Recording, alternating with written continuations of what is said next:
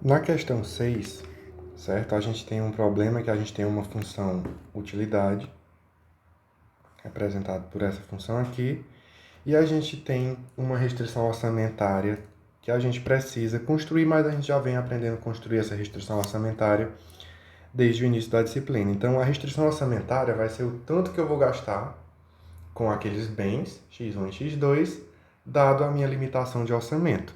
A questão, ela já dá para a gente esses valores, o preço de P1, o preço de x1, o preço de x2 e a limitação de orçamento. Então, aqui eu tenho uma parcela que eu vou gastar com o bem x1, que é 1 vezes x1, que vai ser x1, mais a parcela que eu vou gastar com x2, que é 2 vezes x2, e a minha limitação de orçamento, que é igual a 20. Então, qual é o meu problema aqui nessa questão?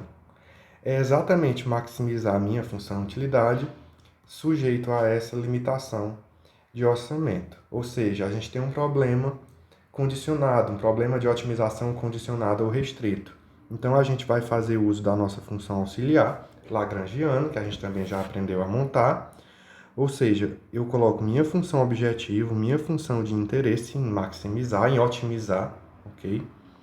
Que eu falo maximizar porque utilidade eu tenho interesse em maximizá-la e não minimizá-la. Menos a variável auxiliar, que é a nossa variável lambda,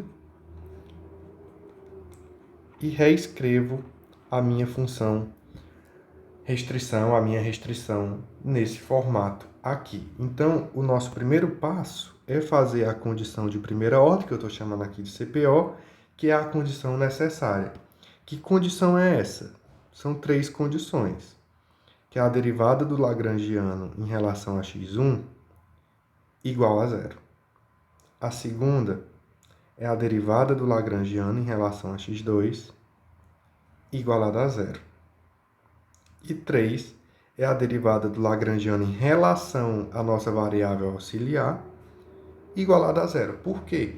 Porque agora eu saí de um problema de duas variáveis para um problema de três variáveis. Então, eu tenho que fazer a derivada parcial em relação a x1, x2 e lambda, ok? Lembrando sempre que eu posso utilizar essa notação alternativa. Essa é equivalente à derivada em relação a x1, essa é equivalente à derivada em relação a x2 e essa é equivalente à derivada parcial em relação a lambda, certo? Então, a gente vai fazer o que aqui?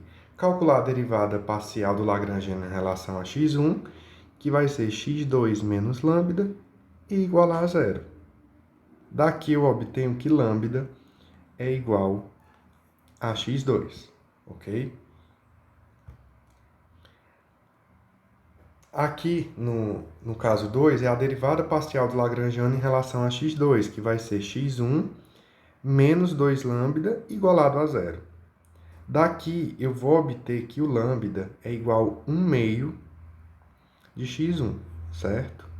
Estou destacando isso aqui porque isso vai ser importante na hora da gente elaborar a nossa solução, né? Encontrar o nosso ponto crítico. E aqui a derivada em relação ao lambda vai ser igual a menos 1 vezes tudo isso que está dentro do colchete igualado a zero. Eu posso passar esse menos 1 para o outro lado dividindo. Então, a gente vai ter, na verdade, x1 mais 2x2 menos 20 igual a zero. E reescrevendo, a gente volta para a nossa restrição, certo? Então, eu tenho três equações aqui que eu tenho que resolver simultaneamente. Vejam que tanto na primeira derivada quanto na nossa segunda derivada, ambas igualadas a zero, eu encontrei lambda.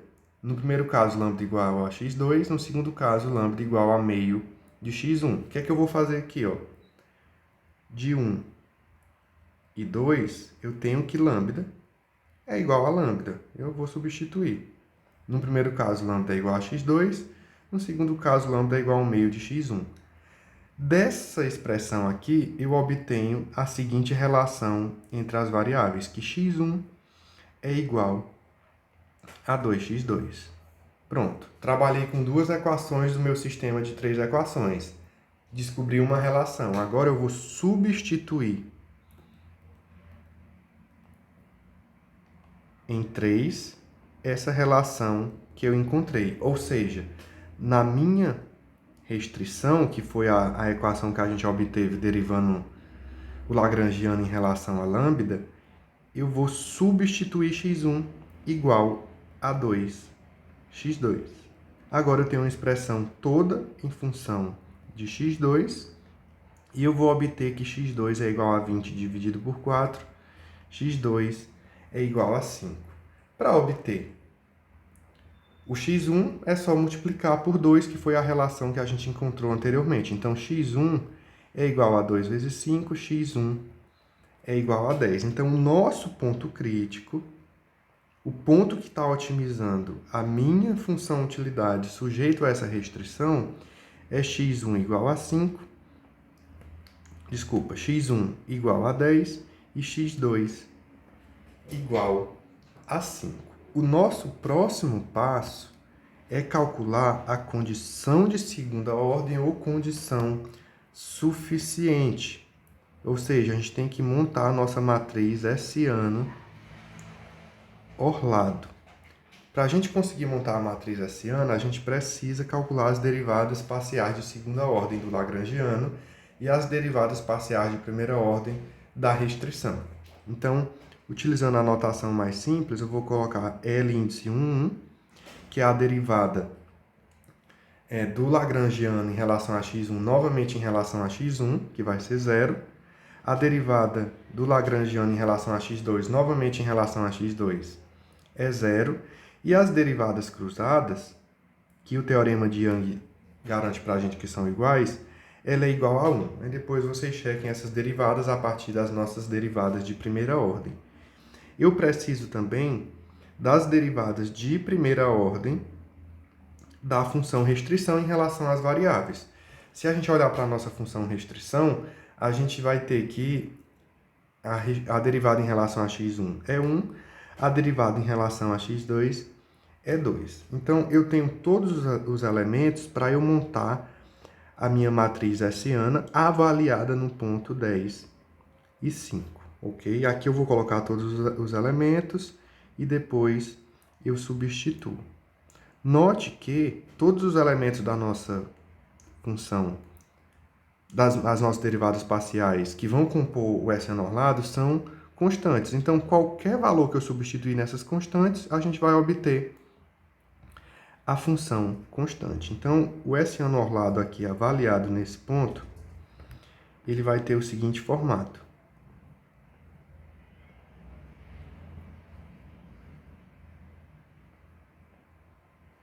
Ok? Qual é o nosso próximo passo aqui? É calcular o determinante de B, utilizando a notação que você preferir. E quando a gente calcular esse determinante pela regrinha de Sarros ou Sarri, a gente vai obter que o determinante é igual a 4, ou seja, positivo. Qual é a implicação disso para a gente? Que a gente tem um ponto de máximo, ok?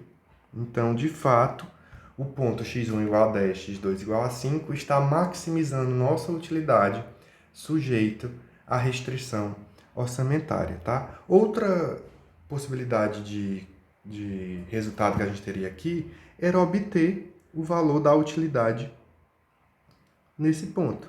Lembrando que nossa função utilidade ela é x1 vezes x2. Então, a utilidade nesse ponto nada mais é do que o produto entre os dois valores. Então, a utilidade, a satisfação que está sendo mensurada por essa função aqui é um valor igual a 50, ok? Então, basicamente, o que a gente tem que fazer aqui? Calcular as derivadas parciais de primeira ordem do lagrangiano em relação a x1, x2, x3, igualar a zero, a gente vai obter um sistema de 3 equações. Das equações 1 e 2, a gente consegue obter a relação entre as variáveis, que foi essa relação aqui, ok?